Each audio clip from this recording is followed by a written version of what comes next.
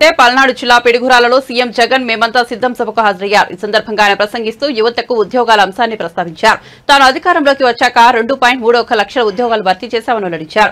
గతంలో చంద్రబాబు ఇచ్చింది 32,000 ఉద్యోగాలేనని విమర్శించారు. మీ బిడ్డ భర్తీ చేసిన 2,31,000 ఉద్యోగాలు ఎక్కడ చంద్రబాబుకి ఇచ్చినా 32,000 ఉద్యోగాలు ఎక్కడా అని సీఎం జగన్ వ్యాఖ్యానించారు. మరి జాబు రావాలంటే అధికారంలోకి రావాల్సింది ఎవరు అని ప్రశ్నించారు.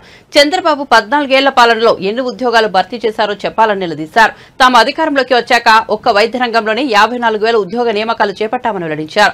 గ్రామ సచివాలయాలు ఏర్పాటు చేసి 1.35 లక్షల మందికి ఉద్యోగాలు కల్పించామని, జాబు రావాలంటే ఎవరు కావాలి అధికారంలోకి అని ప్రశ్నించారు. జాబు రావాలంటే ఫ్యాన్ రావాలా లేక తుప్పు పట్టిన సైకిల్ రావాలా అని అడిగారు. పరిపాలన చేశారు.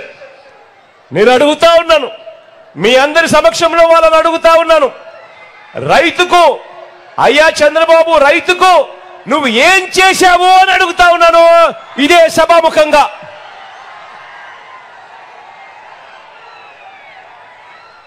రైతుకు ఏం చేశాడో చెప్పటము ఆయన వల్ల కాదు, కానీ నేనే చెబుతా ఆయన ఎంత ద్రోహం చేశాడు.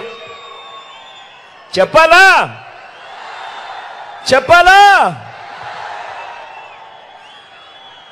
ఇదే చంద్రబాబు వ్యవసాయం దండగా అన్న, ఇదే చంద్రబాబు వ్యవసాయం దండగా అన్న ఏకైక ముఖ్యమంత్రి ప్రపంచ చరిత్రలో ఎవడైనా ఉన్నాడు అని అంటే అది ఈ చంద్రబాబే.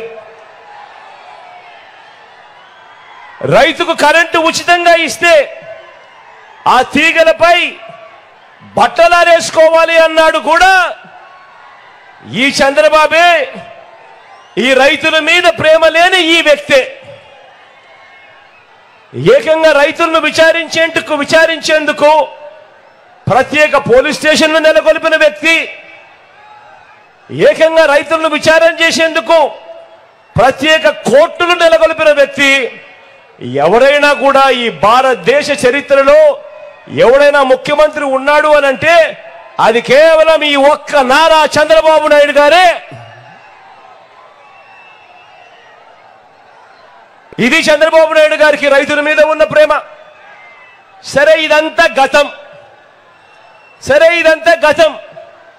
మీ అందరికీ బాగా గుర్తు ఉండే ఉంటుంది కదా.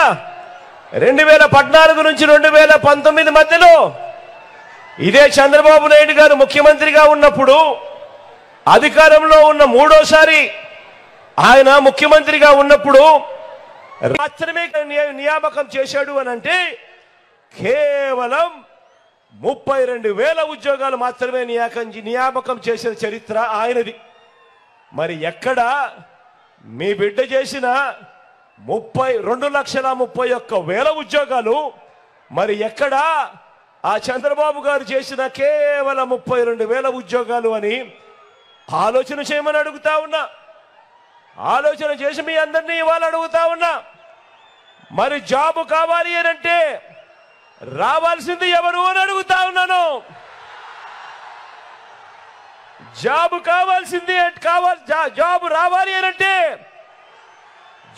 రావాలి అనంటే కావాలి ఎవరు అని అడుగుతా ఉన్నాను.